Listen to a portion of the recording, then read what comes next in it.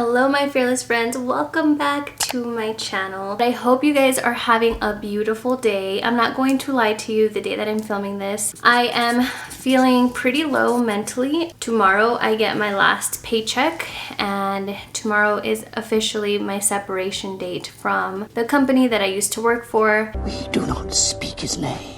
That's hitting me pretty hard today, but I still wanted to be able to get through this video. We are doing the 20-week pregnancy update today, which is crazy to me because I feel like this pregnancy has gone so fast compared to when I was pregnant with Jude. And of course, I know that having a toddler already plays a big role into that, plus getting laid off and then other big things that have been happening in my personal life that I can't share on here. I think it's just been a lot of processing that I almost feel like I haven't had a lot of time to focus on me being pregnant. All in all, I feel like my pregnancy has been uneventful. That made me nervous up until yesterday when I had an anatomy scan because I wasn't sure if it was uneventful because something was wrong. We had our anatomy scan yesterday and baby is looking good and healthy and he's still a boy. I wanted to start off with talking about some of the symptoms that have started happening that I didn't have or we haven't talked about in my previous videos. The biggest one that comes to mind right now is how itchy my belly is. Not just my belly though, I feel like my belly, my boobs, my thighs, my legs, the top of my feet. Oh my gosh. Those feel so good to scratch, but they're so itchy all of the time. Now prior to being pregnant on my day-to-day, I already had eczema and I would get flare-ups in the winter, but this is on another level. So I brought it up yesterday in my appointment and I did get prescribed a cream. So I'm hoping that that helps. As far as I know, PUPS only happens when you are in your third trimester. So for right now, we don't think it's PUPS and I hope it does not turn into that. PUPS stands for paretic urticarial papules and plaques of pregnancy, and it is a relatively common condition that affects about 1 in 160 pregnancies. The main symptom of PUPS is an itchy, bumpy rash that typically starts on the abdomen and then spreads to other parts of the body, such as the arms, legs, and buttocks. Guess what? My nausea is pretty much gone. I still get it very sporadically and almost only in the morning. But the reason I'm bringing this up is because my hunger has arrived. We hungry. I am hungry. I am craving. I told 𝗿𝗲𝗄 that for right now, I think it would be smart of us not to bring in too many snack foods because even if I'm not hungry, I'm just craving, and so I go into our pantry and I just grab whatever we have. So nothing is safe in the house right now. Another thing I wanted to mention was that yesterday in my appointment, my midwife told me that my weight is going up again and that she was happy about that. We didn't really talk about my weight in other appointments,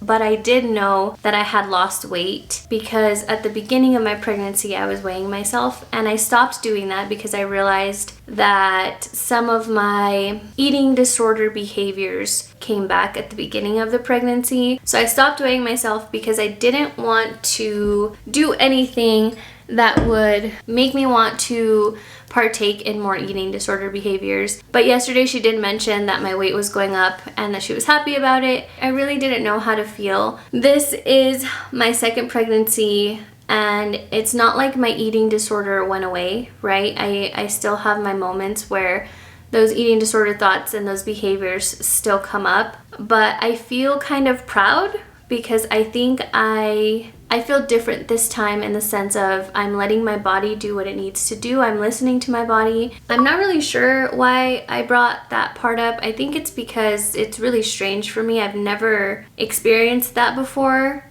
when it comes to weight. And so I feel like confused about it. And because this is a pregnancy update and because my eating disorder didn't just randomly go away, I had to share that part. Here's another thing that I wanted to talk about. I don't see it being talked about a lot on the internet, and maybe it's because people are shy to talk about it, but I am not, because I think it's something that a lot of women need to know. When I was pregnant with Jude, I had a hard time reaching the big O if I didn't have any external stimulation. I just wanted to give an update that for this pregnancy, that hasn't been an issue. Wow. I am still able to reach the big O. However, usually after that, I get cramping, and I know that that's normal. When I was pregnant with Jude, I would still get cramping even if I never reached that point. We're just kind of adjusting as we go. Right now, there hasn't been too many adjustments, maybe just like positions that feel more comfortable, but I am happy to announce that I am still able to, you know, I hope that this part specifically lets mamas know that there's nothing wrong with you if you have a hard time with reaching when you're pregnant, because your pelvic floor is shifting a lot. And I was going to pelvic floor physical therapy with my first baby, and even then it was hard for me to do it. Every pregnancy is different, and I'm really lucky to still be able to do that, but I don't know for how much longer. Every time that it happens, I feel like a sense of achievement, because I'm like, oh, one more week that I was able to. But we will see. That can change tonight, that can change next week, hopefully it doesn't. But for right now, we're in the clear. One of the things that I have been feeling a lot more this pregnancy has been round ligament pain. It feels like it's happening Way more than it did with Jude. However, with Jude, my biggest pain while being pregnant was sciatic pain. Are you pregnant? Do you have sciatica? Huh! When I was pregnant with my second, this is me here, I had really, really bad sciatica. It was that deep pain in my lower back and that sharp shooting pain that would go like a spike right down your leg. Oh, it was awful. It made moving awful. It made getting out of bed awful. It made walking awful. I did chiro, I did physio, I did massage, I did all the things, but it was still just awful. And it's almost the opposite this time. I don't have as much sciatic pain, but I have a lot more round ligament pain, and I would gladly take the round ligament pain over the sciatic pain. I don't know if me focusing on diaphragmatic breathing.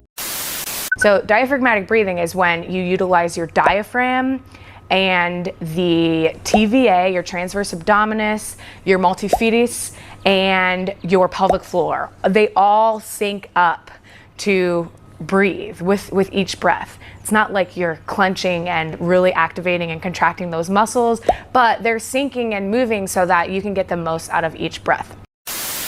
And keeping my core strong during the pregnancy has anything to do with relieving my sciatic pain this pregnancy, because it's helping me to take the pressure off the other muscles that would typically try to stabilize your core while you're growing a baby. But I think that that has a big role in it. I'm also still active in the gym. I feel like just getting my body moving is helping to manage that pain. But again, we don't know. Anything can change within the next few days. But for right now, I'm just doing a lot of diaphragmatic breathing. I am also doing a lot of bird dogs at the gym when I start and when I end my workout. And then another thing is I've been very, very careful and slow with things that would typically trigger my sciatic pain in the past, which is like getting out of the car, getting out of bed, putting my pants on, things like that. Another big thing that I feel like I've been doing to avoid the sciatic pain is trying to keep my glute medius strong. And I'm doing that by trying to keep doing lunges and to keep doing hip thrusts, because not only did having a weak glute medius affect me during my pregnancy, but it also affected me about 6 months into being postpartum. I started to get a lot of knee pain and neck pain and a lot of things. And when I went to get evaluated for it, I was basically told again that my